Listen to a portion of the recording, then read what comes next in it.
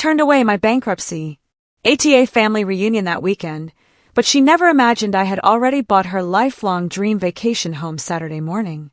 Revenge was sweeter than ever. Can you imagine the gut punch of your own sister publicly destroying your reputation, painting you as a complete failure in front of your entire family? That day, in my parents' backyard, my sister Natalie tried to do just that. But what she didn't know was that I was holding the keys to her deepest, most impossible dream right in my pocket, ready to unleash a lesson she'd never forget. My name's Morgan, and for 35 years, my life with Natalie has been a never-ending competition I never even signed up for. From the moment I drew breath, it felt like I was living in her shadow. Natalie, just 2 years older, always needed to outshine me, to be the center of attention. Our childhood in suburban Connecticut was comfortable, grounded in solid, middle-class values. Work hard, save money, be kind. Somehow, those lessons landed very differently on each of us. I was always the practical one. While other teenagers blew their babysitting money on fleeting trends, I was meticulously saving for college. My room was organized, my grades were impeccable, and I had a 5-year plan before high school even started. Nothing flashy, just consistent, determined effort. Natalie, on the other hand, she developed expensive tastes early.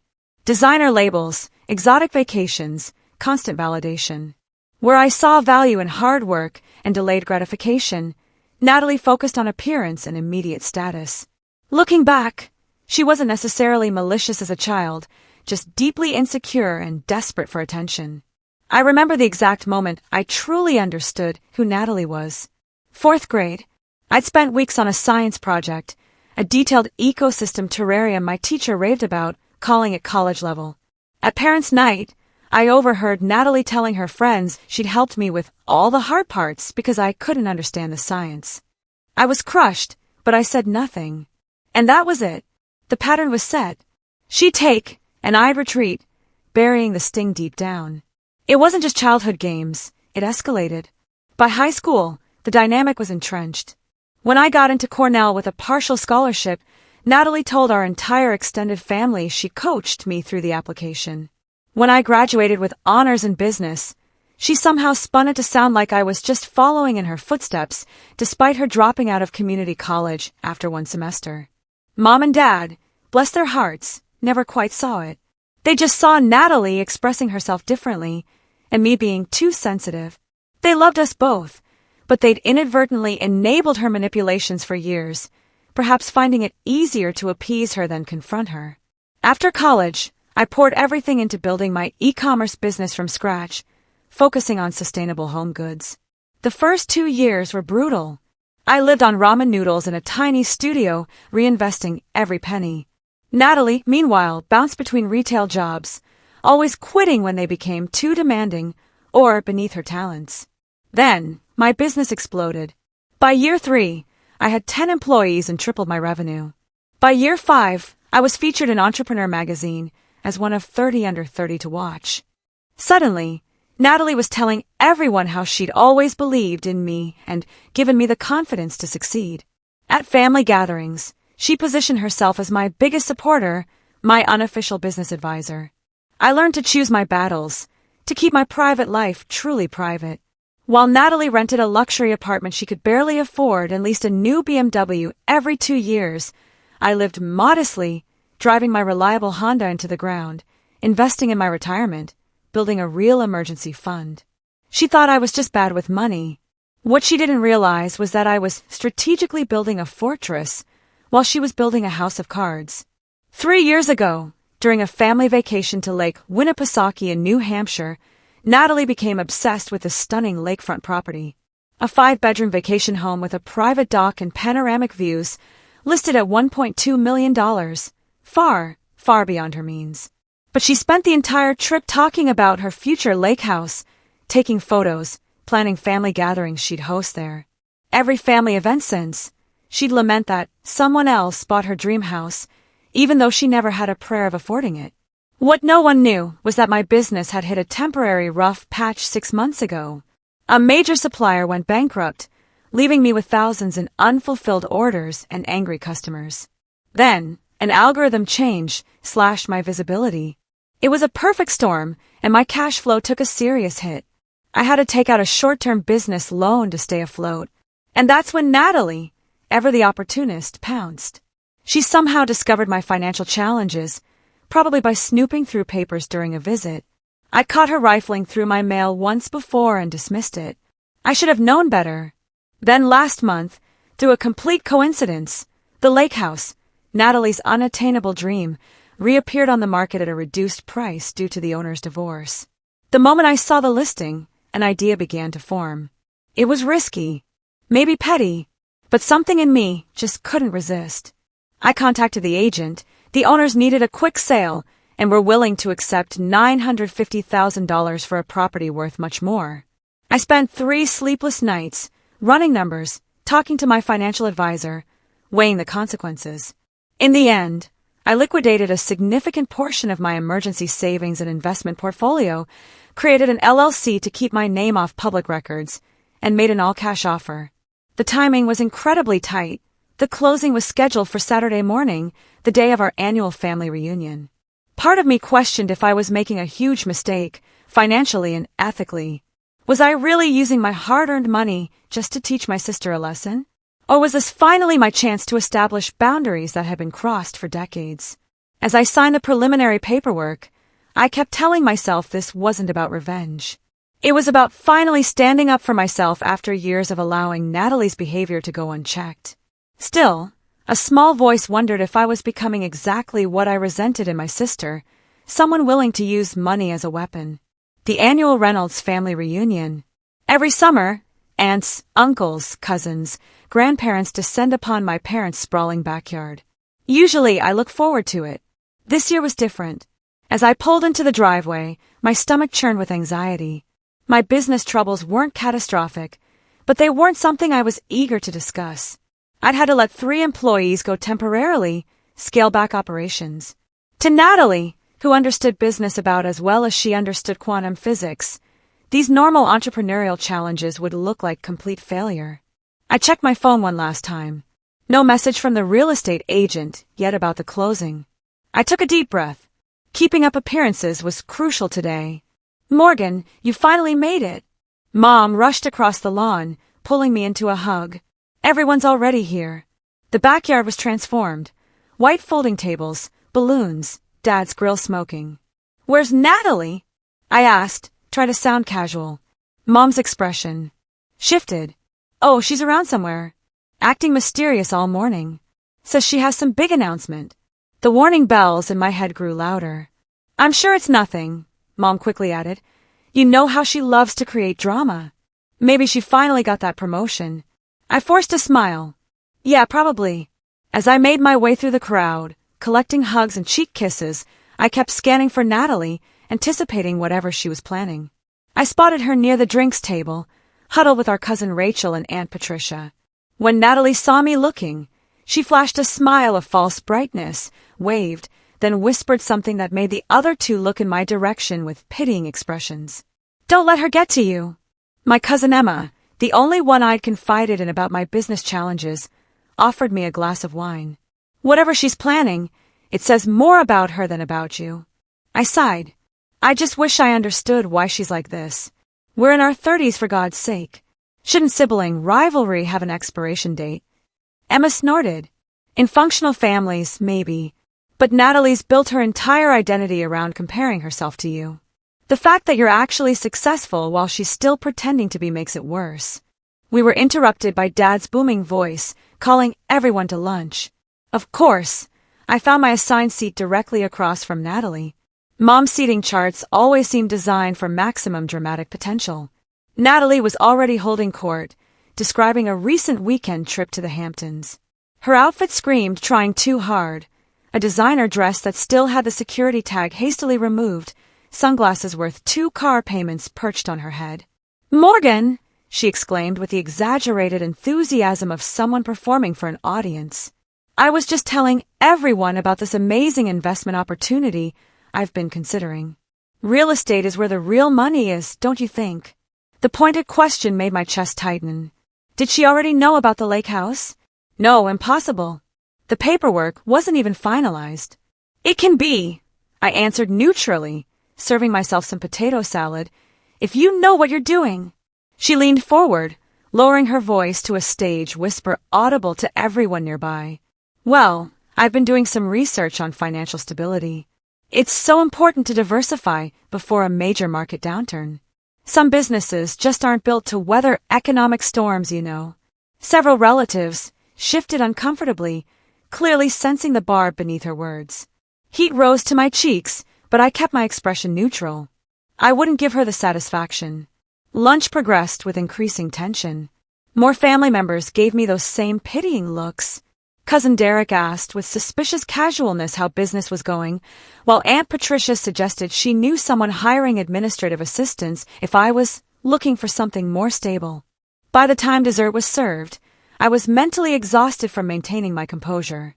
I excused myself to the bathroom, needing a moment alone. In the quiet of my parents' powder room, I checked my phone.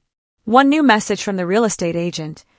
Paperwork ready for final signatures tomorrow morning 9 a.m. Congratulations on your new lake house. A strange calm settled over me.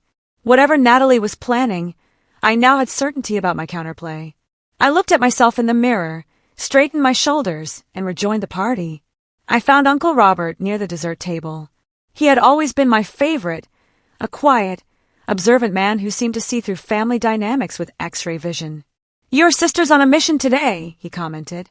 Apparently so, I replied. Any idea what her big announcement is? He gave me a knowing look. Nothing good, judging by how much whispering she's been doing. But I'll tell you something I learned in 40 years of marriage to your Aunt Linda. People who need to tear others down are standing on pretty shaky ground themselves. I smiled gratefully. I know you're right. I just wish. The sharp clink of metal against glass interrupted me. Natalie stood at the head of the table, beaming with barely contained excitement, a silver spoon in her hand. Everyone, could I have your attention, please? I have something important to share with all of you. The backyard fell silent. My heart pounded as I made my way back to my seat, already knowing what was coming, but powerless to stop it. First, I want to thank Mom and Dad for hosting another wonderful reunion, Natalie began, raising her glass. They beamed, oblivious. Family is everything to me, which is why I feel it's so important to share when one of us is struggling. She paused dramatically, her eyes finding mine across the tables. The artificial sympathy in her expression made my stomach turn. I'm sure many of you have noticed that our dear Morgan seems different today, more reserved than usual. Murmurs rippled through the crowd. Well, I think it's time we address the elephant in the room, because Morgan needs our support right now. I gripped my napkin under the table, knuckles white. Emma shot me a concerned look. It breaks my heart to tell you all this, Natalie continued, her voice trembling with entirely fake emotion. But Morgan's business has failed. She's filed for bankruptcy. The collective gasp was exactly what Natalie had hoped for. Shocked faces turned toward me, some with genuine concern, others with barely concealed curiosity. The word bankruptcy hung in the air like a toxic cloud. I discovered the paperwork last week, she added, conveniently omitting how she'd obtained this completely false information. She's lost everything, her inventory, her warehouse, even her business accounts. The bank is reviewing her personal assets now. My mother's hand flew to her mouth. Morgan, honey, is this true? Why didn't you tell us? Before I could answer, Natalie jumped in. She was too ashamed, Mom. You know how proud she's always been about her little business. But we're family. There's no room for secrets or shame here. The twist of the knife was expert, positioning herself as the caring sister while simultaneously diminishing my decade of hard work and violating my privacy in the most public way possible. Actually, I started to say, but Natalie wasn't finished. I've already told her she can move into my spare bedroom until she gets back on her feet. I've also reached out to some contacts about potential job opportunities. Her voice dripped with self-congratulatory generosity. It might be good for her to experience working for someone else for a change. More stability, less pressure. The flash of memory was so vivid, it momentarily transported me. 3 years earlier, when Natalie had been fired from yet another job, I had offered her a position in my company's customer service department. She had laughed and said she couldn't possibly work for her little sister. The audacity! Dad stood up, His face flushed. Morgan, why are we just hearing about this now? We could have helped. All eyes were on me. The truth was simple. There was no bankruptcy. Yes, my business had cash flow problems, but we were already recovering. The new supplier I'd secured was better, and my team had developed an innovative marketing approach to overcome the algorithm changes. But explaining all of this now would sound defensive, like excuses. I took a deep breath. Thank you for your concern, everyone. But Natalie doesn't have all the facts. I kept my voice steady, making deliberate eye contact with my sister. My business is going through some restructuring, but it's far from bankruptcy. I appreciate the concern, but I'm handling it. Natalie's smile faltered, but she recovered quickly. Oh, Morgan, there's no need to put on a brave face. I've seen the paperwork. Chapter 11.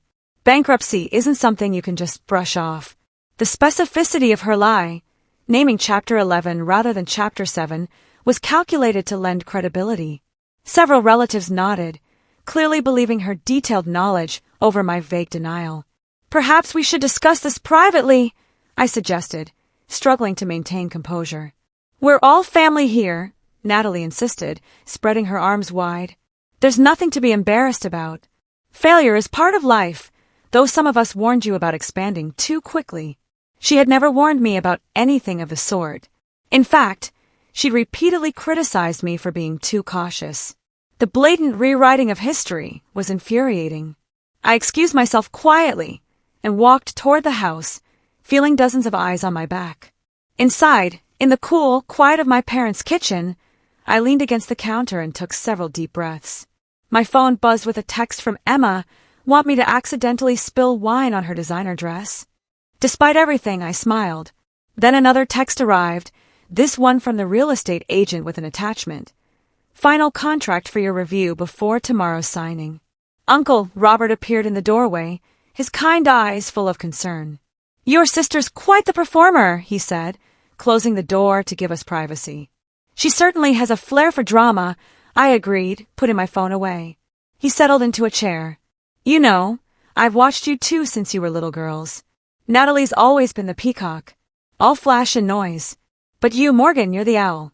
Quiet, observant, smarter than people realize. I smiled weakly. Not smart enough to avoid this ambush, apparently. I don't believe for a second that you're bankrupt, he said firmly. But even if you were, so what? You think any of us would love you less? Success isn't what makes you valuable to this family. His words touched something deep within me. For years, I defined myself in opposition to Natalie. She was flashy, so I was understated. She was impulsive, so I was strategic.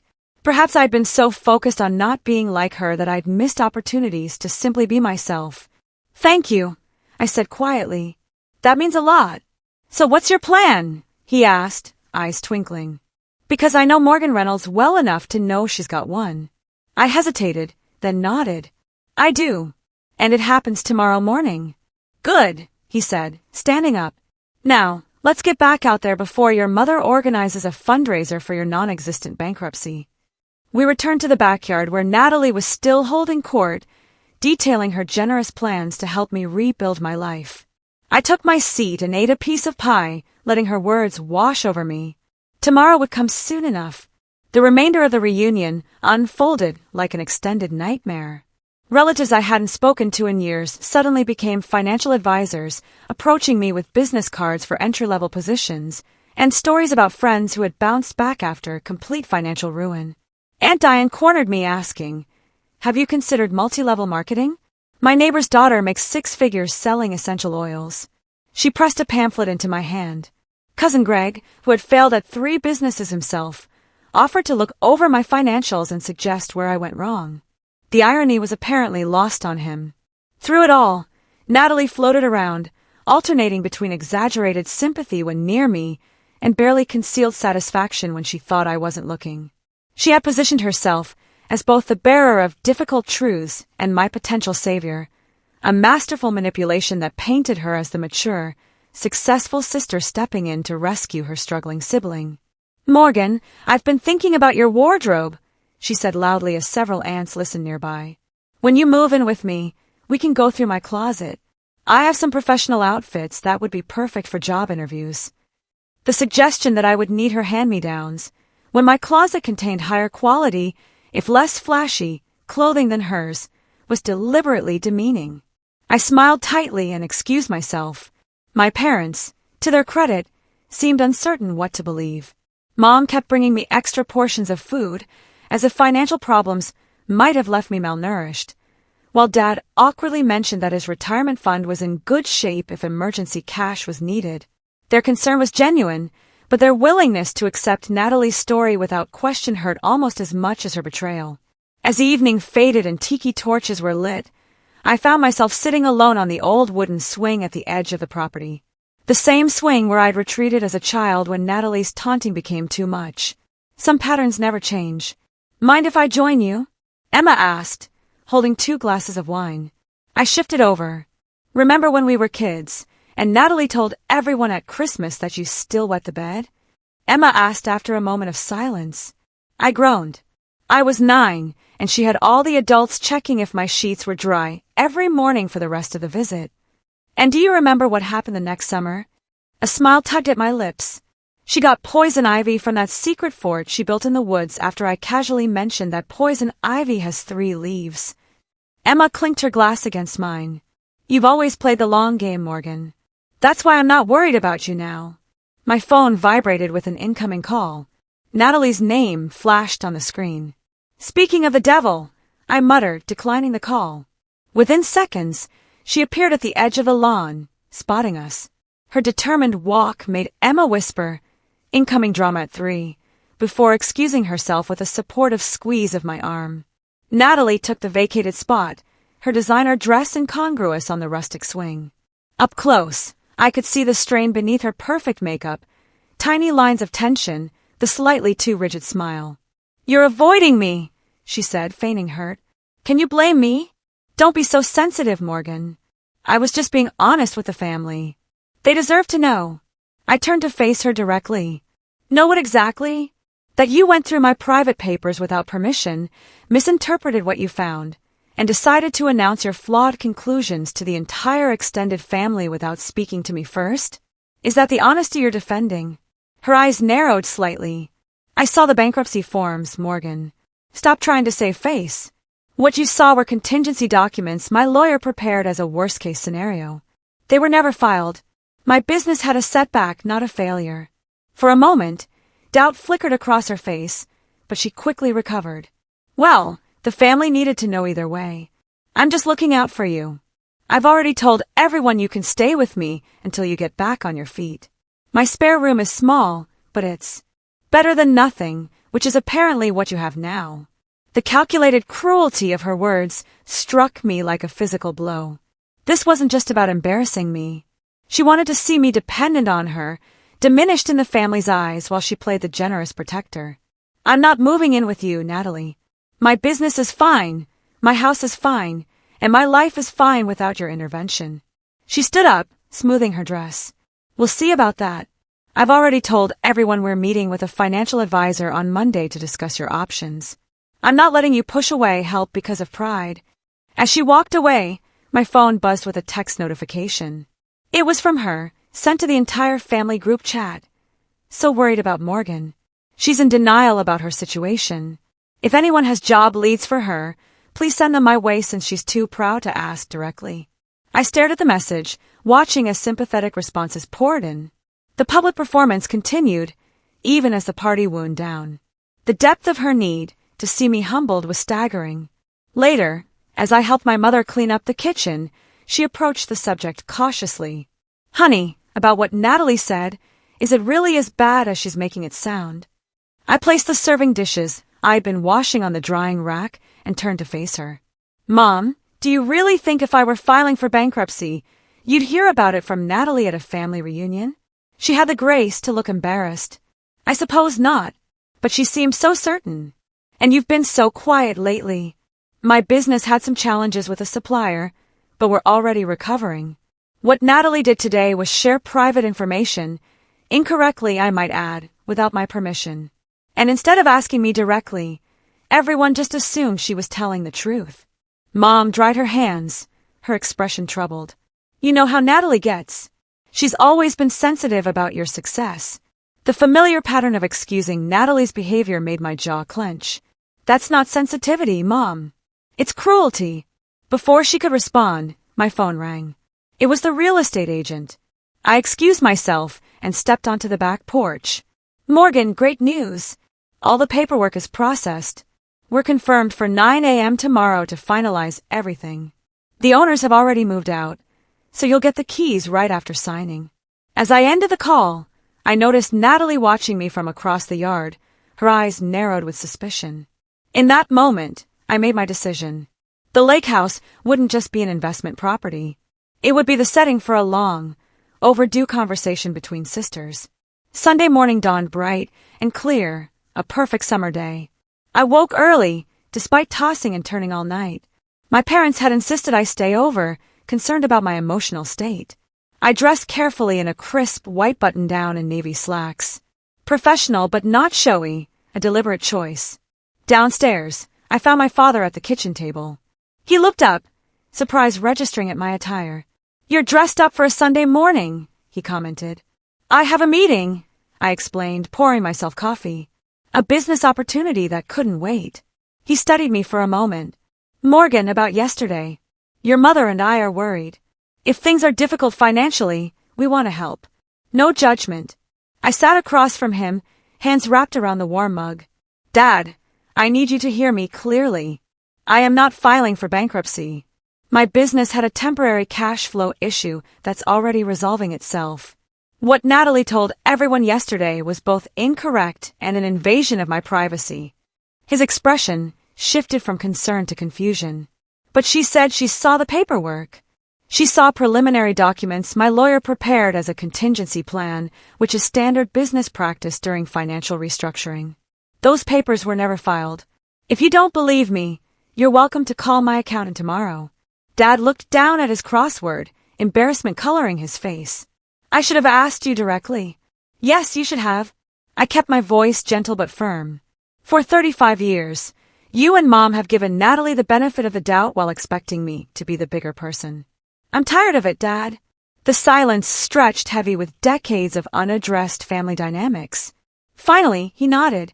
"You're right. We've enabled her." "I'm sorry, Morgan." His acknowledgement, however belated, was something I hadn't realized I needed so desperately. I reached across the table and squeezed his hand. "Thank you." "So what's this meeting about?" he asked, trying to change the subject. I smiled. "A property investment. Actually, I should get going. I'm meeting the agent at 9. As I gathered my keys, my phone buzzed with a group text from Natalie, taking Morgan to brunch today to discuss next steps. "We'll update everyone on her situation later. So grateful for all your support during her difficult time." The audacity was breathtaking. I hadn't agreed to any brunch, yet she was continuing the narrative of herself as my caretaker. I texted back quickly. "Actually, I have a meeting this morning." "Rain check." Her response was immediate. "What meeting?" "Financial advisors don't work Sundays. Stop avoiding help." Rather than engaging further in the group chat, I sent her a private message. "Meet me at 10:30 at the Starbucks on Lakeshore Drive in Winnipesaukee. We need to talk." I could almost feel her satisfaction through the phone. She undoubtedly thought I was finally admitting defeat and seeking her help. Her reply was sugary sweet. "Of course, sis, I'll be there to support you." The drive to Winnipesaukee took just under 2 hours.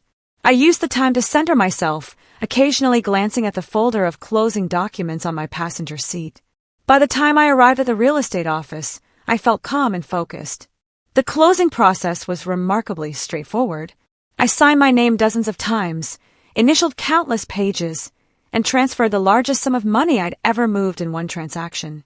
When it was done, the agent handed me 3 sets of keys. "Congratulations, Miss Reynolds. The lake house is officially yours." I drove the short distance to the property, parking in the circular driveway of what was now my vacation home. The realtor hadn't exaggerated. It was stunning.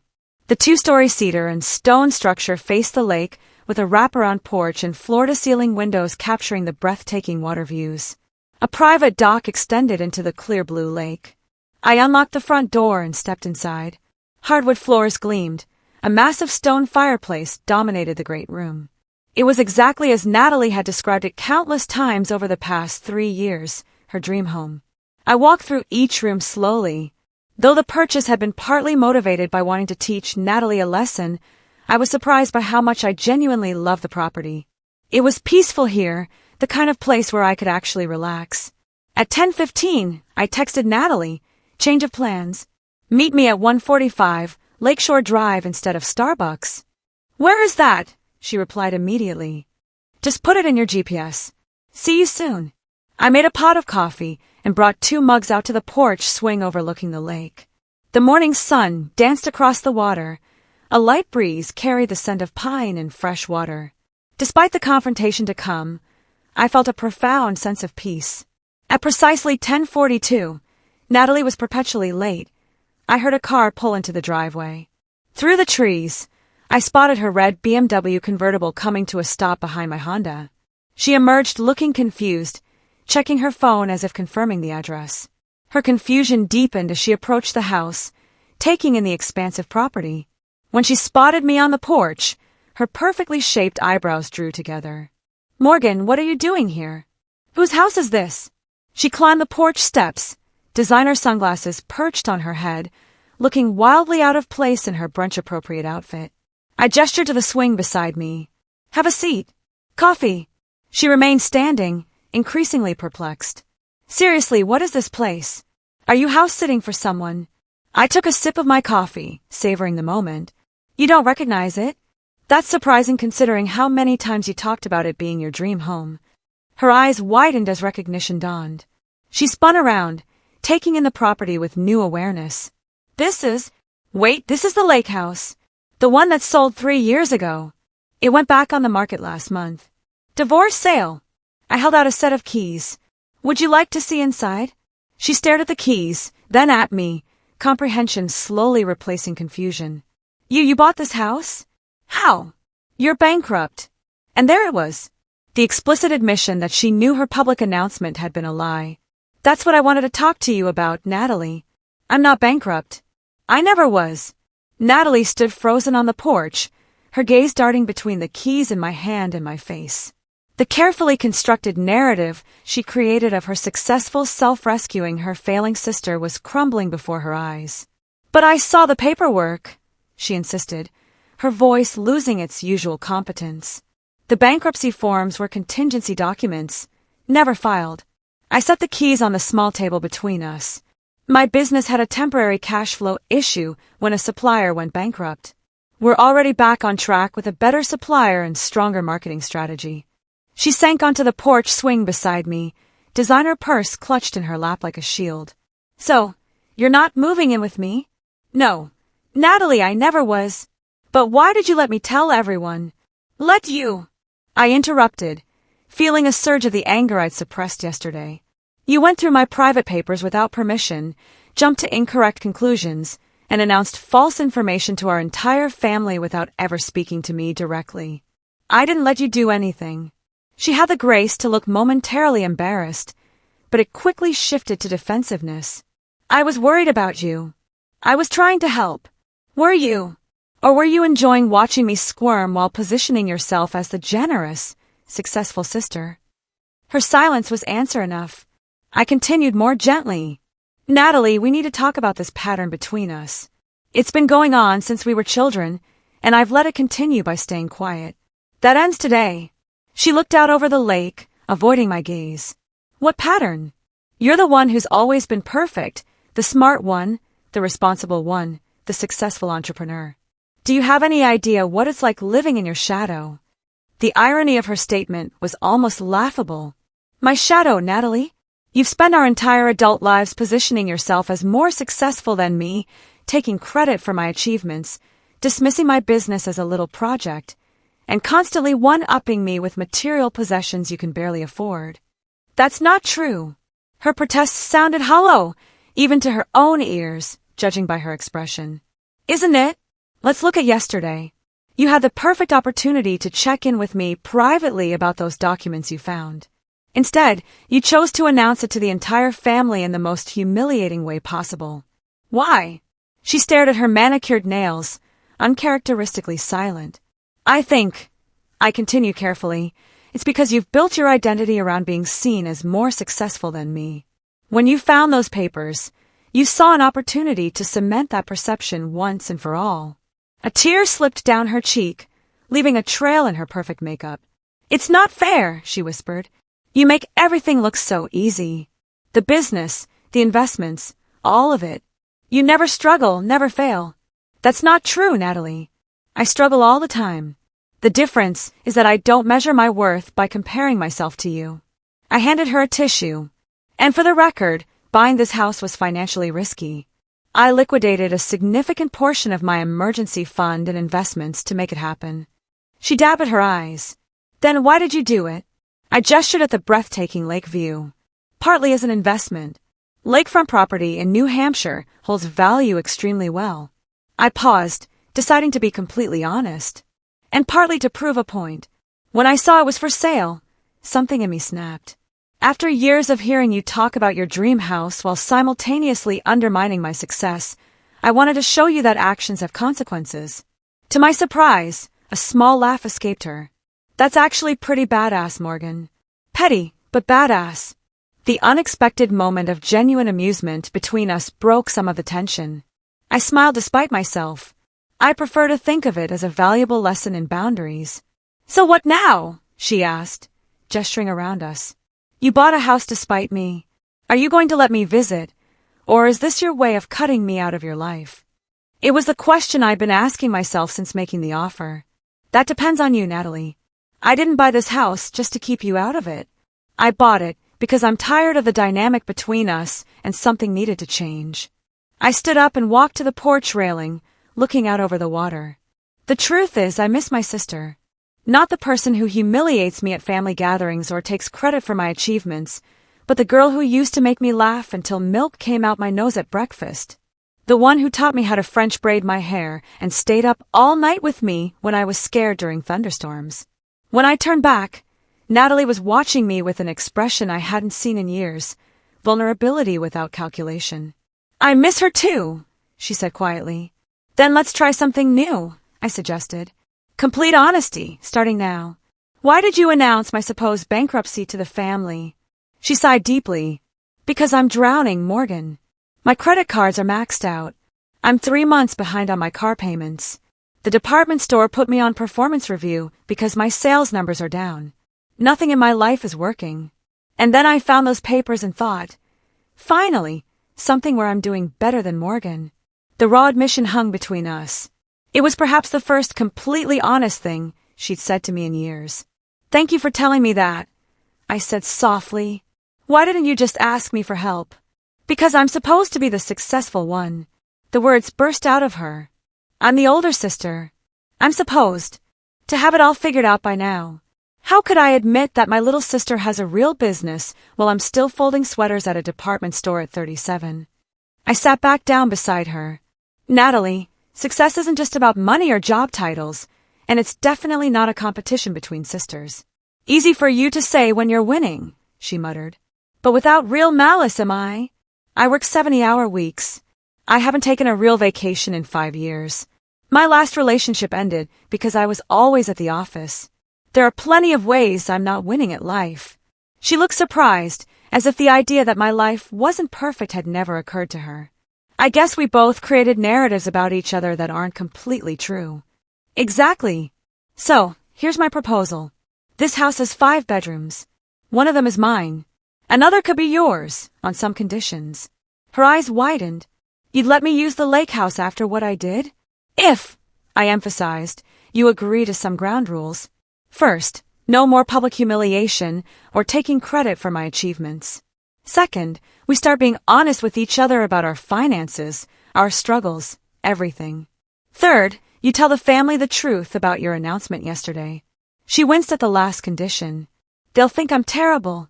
They'll think you made a mistake. And if you own it, they'll respect your honesty. She considered this, then nodded slowly.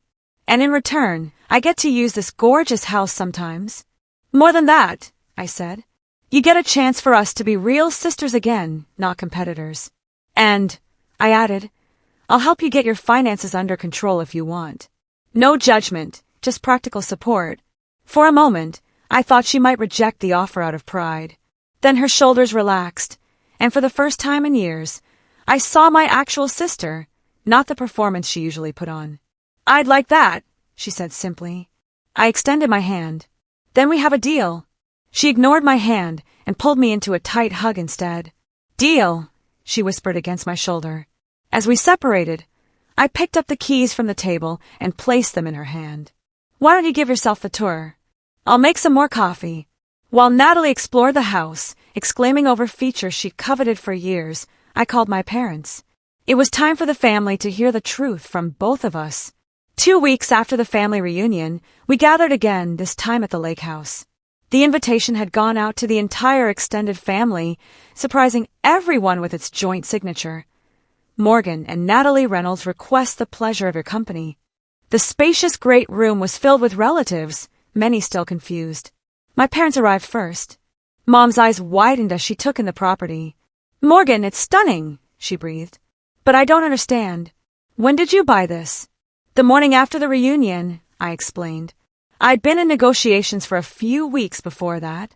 Dad examined the craftsmanship of the built-in bookshelves with appreciation. "Not exactly the purchase I'd expect from someone filing for bankruptcy," he commented wryly. "About that," I began, but was interrupted by Natalie's arrival. She entered carrying a tray of appetizers she'd prepared herself, another surprise for anyone who knew my sister's usual aversion to cooking. She had dressed differently today, still stylish, but noticeably less flashy. The designer sunglasses and statement jewelry were absent. As more relatives arrived, curiosity filled the room. Uncle Robert caught my eye and gave me an approving nod. Emma arrived with a bottle of champagne, whispering, "Cheers to the show I'm about to witness," as she handed it to me.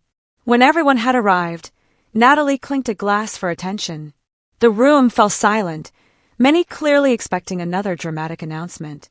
She looked momentarily nervous, then squared her shoulders. "Thank you all for coming," she began. "I asked you here today because I owe you, and especially Morgan, an apology." The surprise in the room was palpable. Natalie Reynolds did not apologize. Ever. At the family reunion, I told you all that Morgan had filed for bankruptcy. That was untrue. Her voice trembled slightly, but she continued.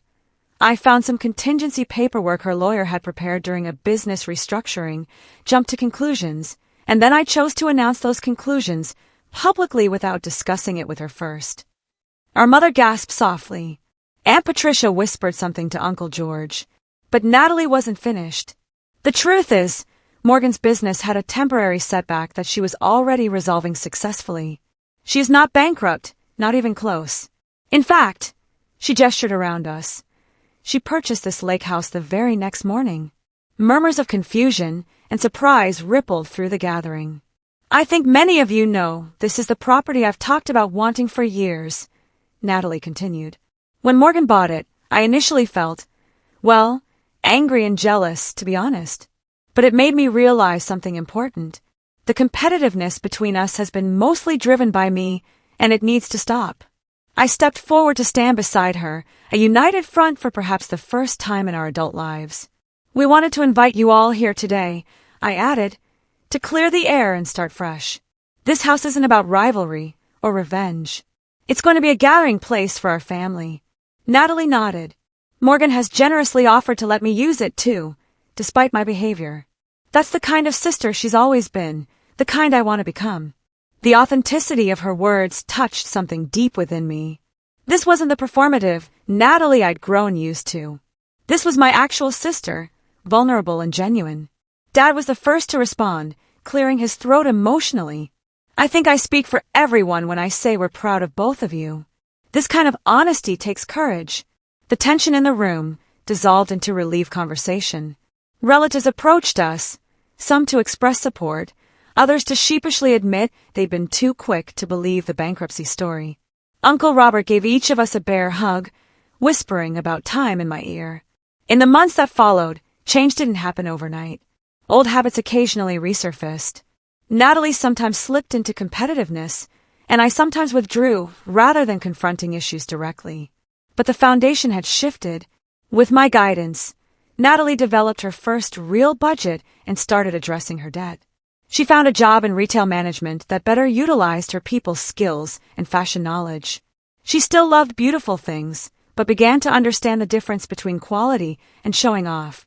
My business not only recovered but thrived with the new supplier relationships. The marketing strategy developed during our crisis period turned out to be more effective, leading to our most profitable quarter ever.